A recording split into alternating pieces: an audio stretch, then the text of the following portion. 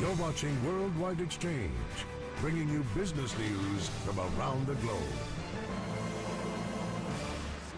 And it will be interesting to see what Janet Yellen says about oil prices.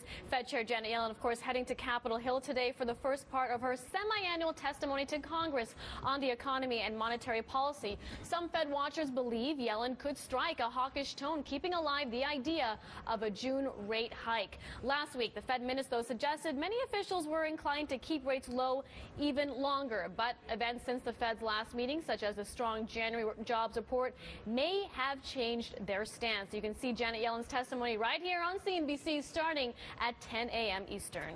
And we are playing Janet Yellen bingo here at CNBC. Which single word do you expect the Fed chair to say most often? Oil, perhaps, inflation, the word patience we might see, or employment. What she has to say about Europe, is it now going to be seen as a tailwind versus a headwind? I wonder whether she'll lump that in under international, or whether she'll use the word Europe. Will she call it actual markets? Yeah, that's a good point. And I suppose also I'm interested to know where she gets most of her news. Perhaps she'll say worldwide exchange, probably up to 70 times. She must be watching the show, getting ready for her testimony, right? What else would you be doing? I think we'll hear worldwide exchange, we'll hear CNBC, we'll hear Seema Modi quite often. Oh, I hope not. We heard oil prices, what did you say, 68 times in the last... I believe 69 times during the last Fed meeting. During the last Fed meeting. So we'll see. I think Seema Modi, I think, could get, what, 50 hits? Let's just stay away. We'll see. Anyway, join in on the conversation here. What do you expect Janet Yellen to focus on, and which words in particular will she hit most often? Worldwide at CNBC.com, that's the email address.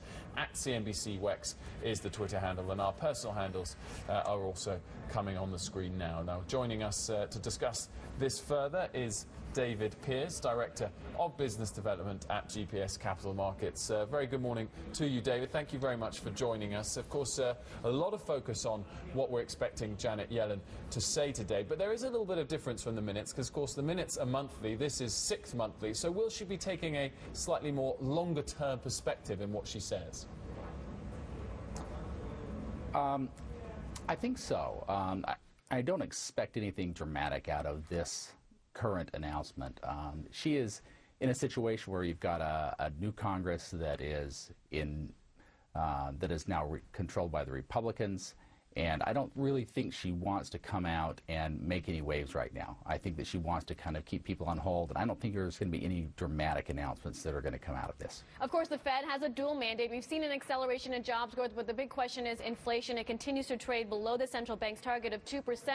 How do you think, David, that Janet Yellen will reference lower oil prices in today's testimony? Will it be seen as a positive, a boon to the consumer, or that oil prices are keeping inflation low, expectations low for the coming future, and therefore we cannot see a rate hike in the next 6 months?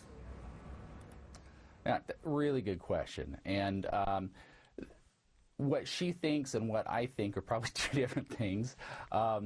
When we look at the price of oil, yeah, it's great for consumers in the short run. But if we have oil at this price on a global basis, is it really going to be good for the world economy in general? And I think that it's really hard to say that it will be.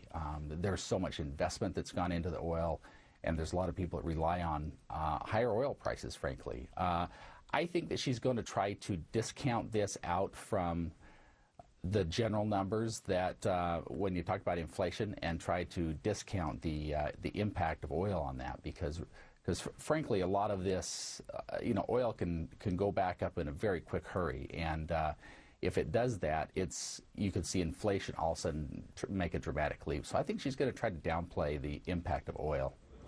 Let's talk about what the oil price is doing on other currencies outside the US, the commodity-related currencies, because it has sort of found a bottom. So should those currencies be a lot more volatile? Have they found a bottom as well? The likes of the Canadian dollar, the Australian dollar? Sure. You know what? I'm not sure that they have. The Canadian dollar especially, we deal a lot in that. If you look at where the Canadian dollar currently is trading, historically, I've been doing this for 30 years, and this is kind of where I feel comfortable with the Canadian, mid-120s. I don't feel uncomfortable at all with having it trading here, but I could see oil continuing to go lower. And if oil goes lower, and we saw a little bit of drop in the price of gold this morning, I could see Canadian dropping a little bit further as well into the 130s. Delivering a list of economic reforms to Eurozone policymakers, that's been seen as a positive development, David. So how are you factoring that into your investment thesis today? You know, when we go out and we look at and give advice to our clients on what to do in the currency markets, we take into account a lot of different things. We kind of make a more holistic approach, and we try to look at you know, the technicals and the fundamentals as well as information that's coming out. So we don't try to, you know, focus on just one specific thing. We try to look at a lot broader range of figures when we're trying to come up with direction for our clients. David, thank you so much for joining us. David Pierce, Director of Business Development at GPS Capital Markets. Now